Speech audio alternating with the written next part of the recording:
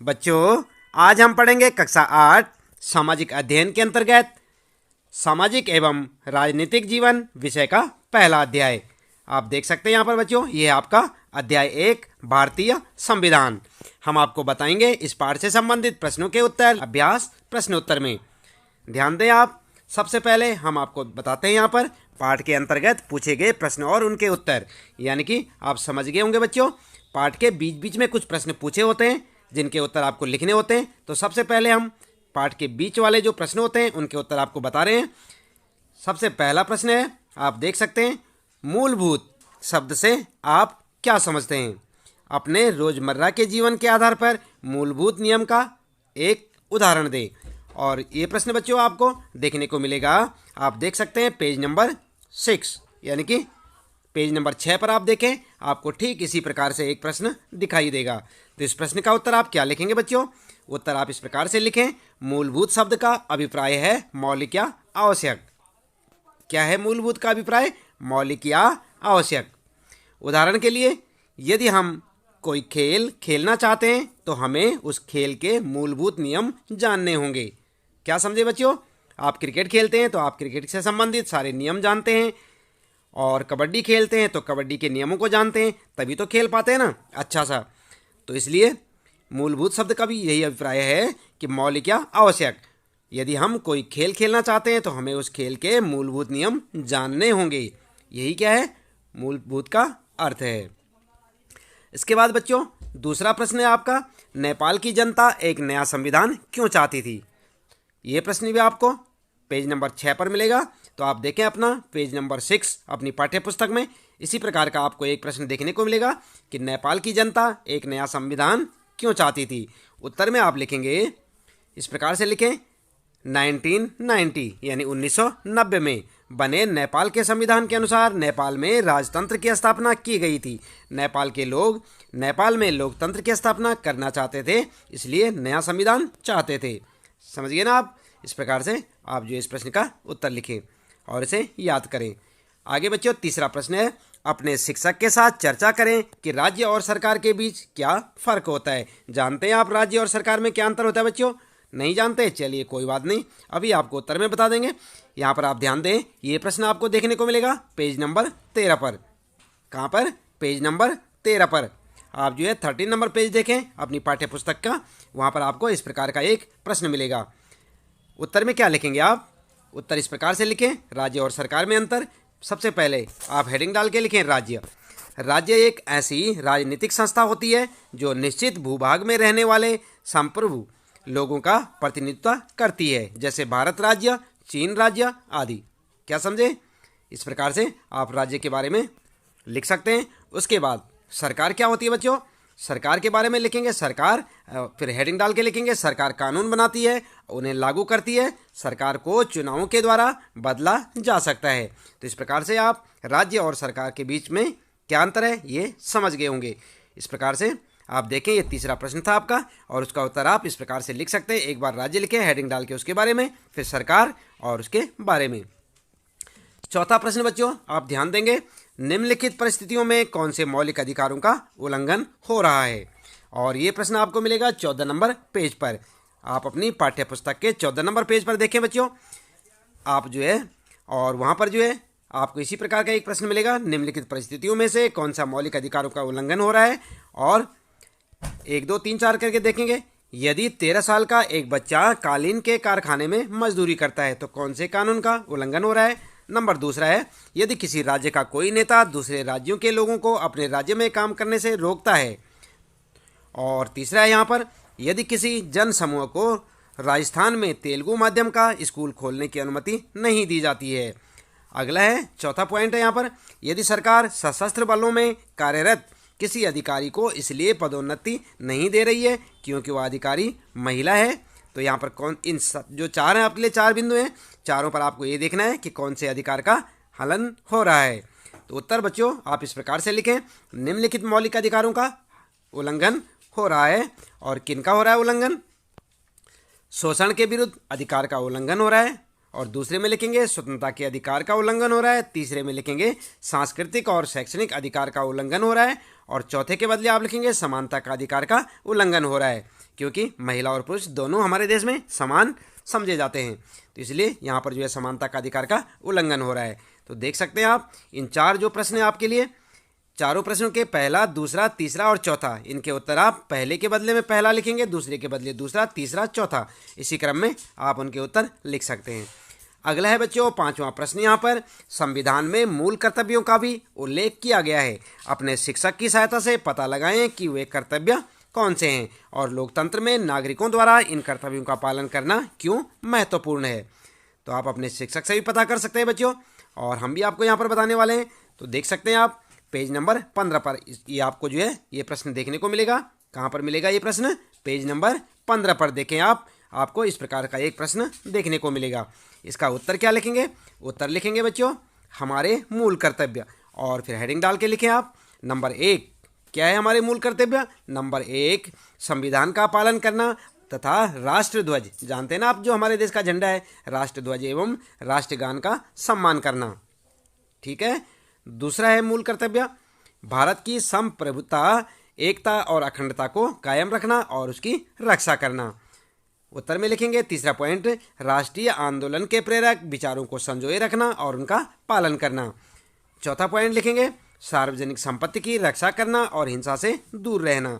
और 5वां लिखेंगे वैज्ञानिक दृष्टिकोण, मानववाद और ज्ञानार्जन तथा सुधार की भावना का विकास करना। ठीक है। तो इस प्रकार से आप जो अपने इस प्रश्न का 5वें प्रश्न का उत्तर लिख सकते हैं। ये आपका 5वां प्रश्न है बच्चों, और उसका उत्तर आप इस प्रकार से लिखें। इसके बाद यहां पर बात करते हैं बच्चों आगे। इसके बाद आप ध्यान दें बच्चों, यहां पर है आपके लिए चित्र आधारित प्रश्न। ध्यान दें कैसे प्रश्न है? चित्र आधारित प्रश्न। और पहला प्रश्न है मॉनिटर अपनी शक्ति का किस तरह से दुरुपयोग कर रहा है।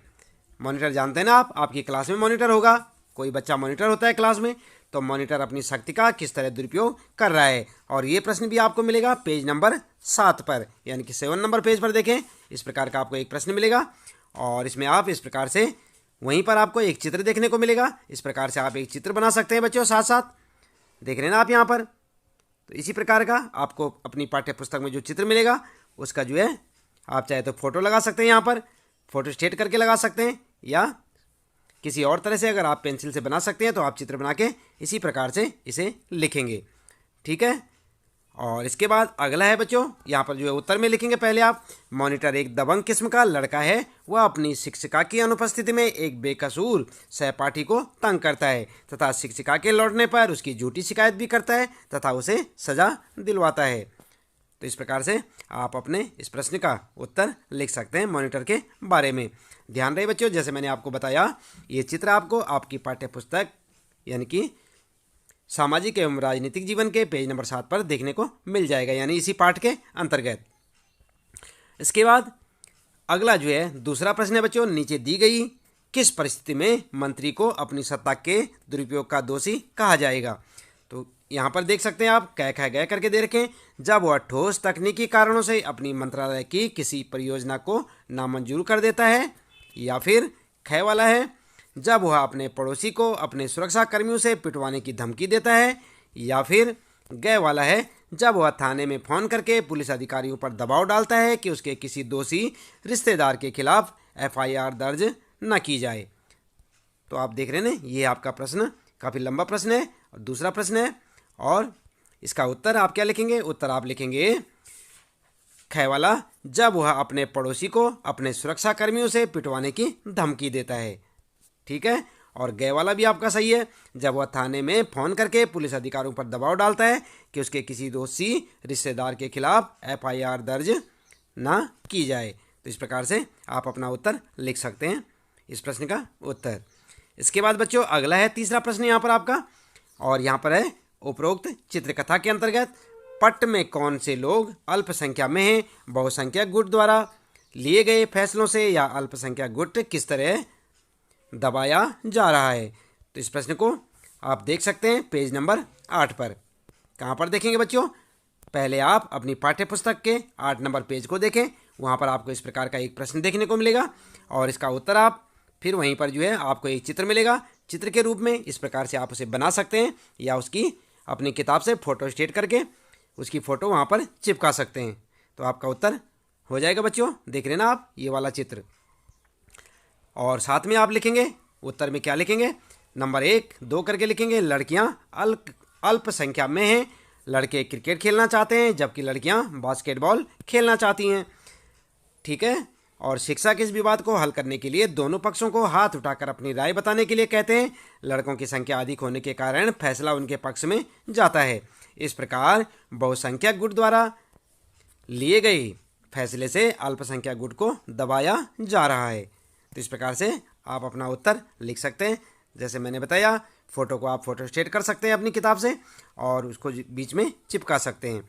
इसके बाद बच्चों अगला प्रश्न है यहाँ पर, चौथा प्रश्न, शबनम इस बात पर क्यों खुश हो रही है कि उसने टीवी नहीं देखा, ऐसी स्थिति में आप क्या करते हैं। और ये प्रश्न बच्चों आपको मिलेगा पेज नंबर 9 पर, 9 नंबर पेज पर देखें आप, और वहाँ पर आपको एक चित्र भी मिलेगा इस प्रकार का। आप इसकी भी फ़ोटो कॉपी कर सकते हैं और इसे यहाँ पर चिपका सकते हैं। ठीक है।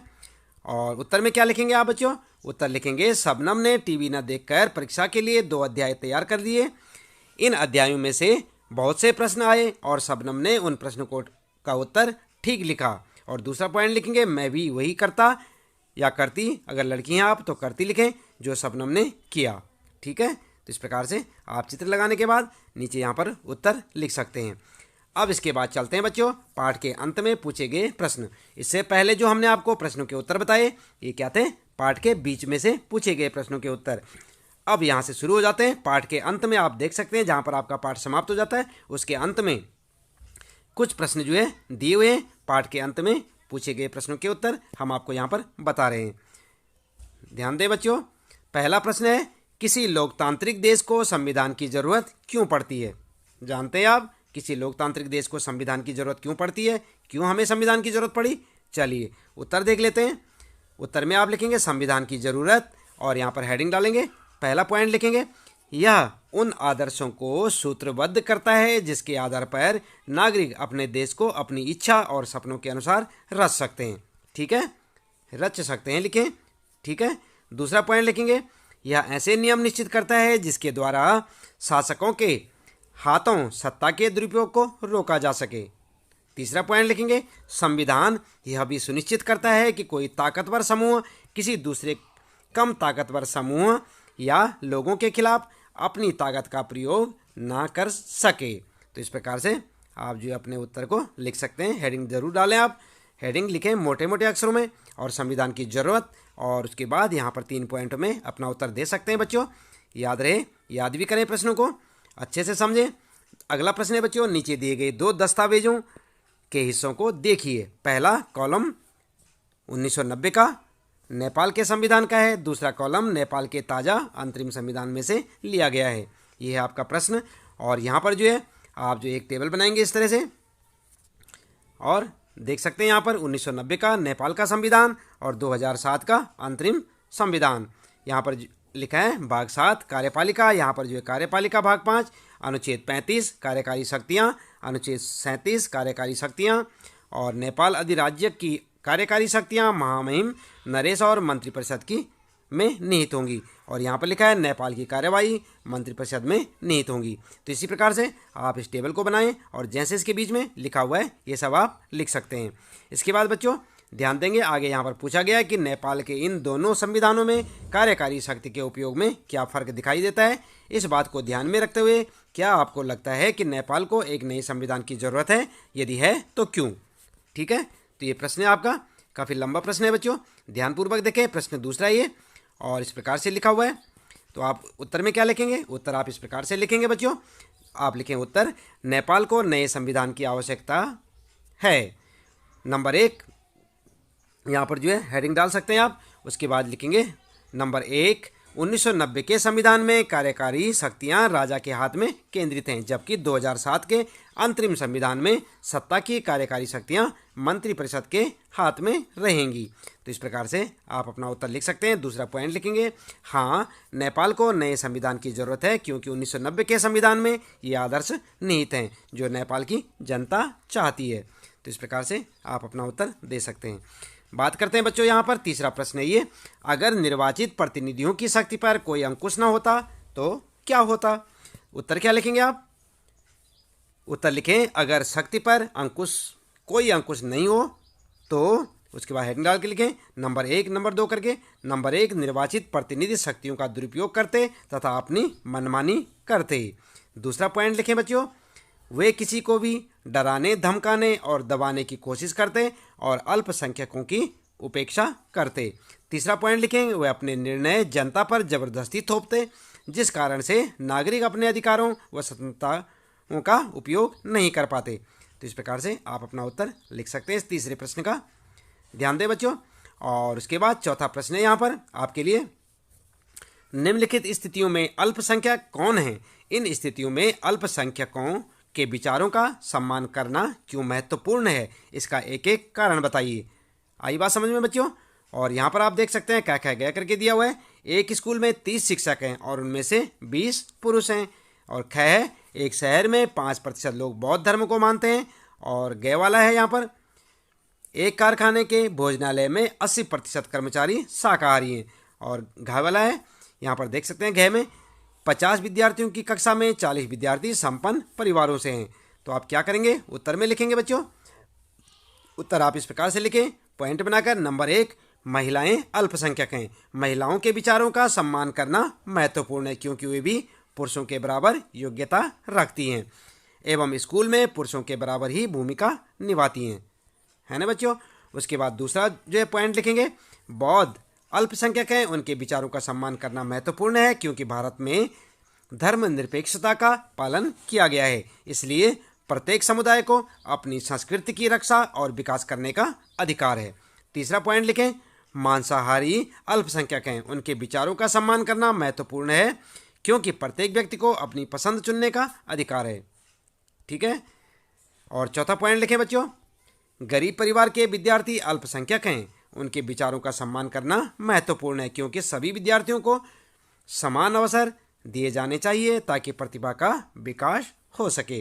तो देख लेना आप, थोड़ा लंबा चौड़ा उत्तर है इसका, इस प्रश्न का। तो आप इस प्रश्न को जैसे देख सकते हैं बच्चों, ये चौथा प्रश्न है और इसके जो है अलग अलग टुकड़े हैं यहाँ पर खंड में देख सकते हैं आप, क्या क्या गया गया में। उत्तर भी आप इस प्रकार से पॉइंटों में लिख सकते हैं और इन्हें याद करें बच्चों। अगला पांचवा प्रश्न है यहाँ पर, नीचे दिए गए बाएं कॉलम में भारतीय संविधान के मुख्य आयामों की सूची दी गई है। दूसरे कॉलम में प्रत्येक आयाम के सामने 2 वाक्यों में लिखिए कि आपकी राय में यह आयाम क्यों महत्वपूर्ण है। तो इस प्रकार से आप देख सकते हैं बच्चों, वहाँ पर एक टेबल बनी होगी और उत्तर में क्या लिखेंगे आप। उत्तर लिखेंगे पॉइंट करके। नंबर 1, संघवाद में 3 स्तर की सरकारें होती हैं तथा तीनों स्तर की सरकारों के अधिकार क्षेत्र अलग अलग होते हैं। दूसरा पॉइंट लिखेंगे, सरकार के तीनों अंगों विधायिका, कार्यपालिका तथा न्यायपालिका के बीच शक्तियों का बंटवारा इस प्रकार किया गया है कि कोई अंग अपनी शक्ति का दुरुपयोग ना कर सके। आई बात समझ में। और तीसरा है यहाँ पर, तीसरा पॉइंट आपके लिए, मौलिक अधिकार देश के सभी नागरिकों को राज्य की सत्ता के मनमाने और निरंकुश इस्तेमाल से बचाने के लिए दिए गए हैं। चौथा पॉइंट लिखें बच्चों, देश के सभी वयस्क नागरिकों को अपने प्रतिनिधि चुनने का अधिकार दिया गया है। आई बात समझ में। तो इस प्रकार से आप अपने इस प्रश्न का उत्तर लिख सकते हैं। पांचवा प्रश्न है ये आपका और यहाँ पर जो है उत्तर में आप एक एक पॉइंट करके अच्छे से लिखें और उन्हें याद करें। अगला प्रश्न है बच्चों, छठा प्रश्न है, इस नक्शे में निम्नलिखित देशों पर रंग भरें। और कौन कौन से देश हैं आप देख सकते हैं, यहाँ पर नीचे दिया हुआ है। क्या है, भारत को लाल रंग से भरें, नेपाल को हरे रंग से भरें और बांग्लादेश को पीले रंग से भरें। ठीक है, अपने आप उत्तर जो है स्वयं आपको करना होगा, देख लेना आप यहाँ पर। इसके बाद जो है उत्तर को आपने छात्र स्वयं करें, तो उत्तर आप जो है स्वयं कर सकते हैं। तो देख सकते हैं बच्चों, इस प्रकार का एक मैप ले लें आप मार्केट से और जो जो यहाँ पर बता रखे हैं जिस कलर में आपने करना है उस कलर में यहाँ पर बता रखा है कि भारत को लाल रंग में, नेपाल को हरे रंग में और बांग्लादेश को पीले रंग से आपने दिखाना है। तो बच्चों, इस प्रश्न के साथ ही इस पाठ से संबंधित प्रश्नों के उत्तर यहाँ पर समाप्त होते हैं। उम्मीद है कि आपको सारे प्रश्नों के उत्तर अच्छे से समझ आए होंगे और इसी प्रकार आप लगातार जुड़े रहें हमारे साथ। मिलते हैं फिर अगली वीडियो में, तब तक के लिए लेते हैं आपसे विदा बच्चों। आपका दिन शुभ हो।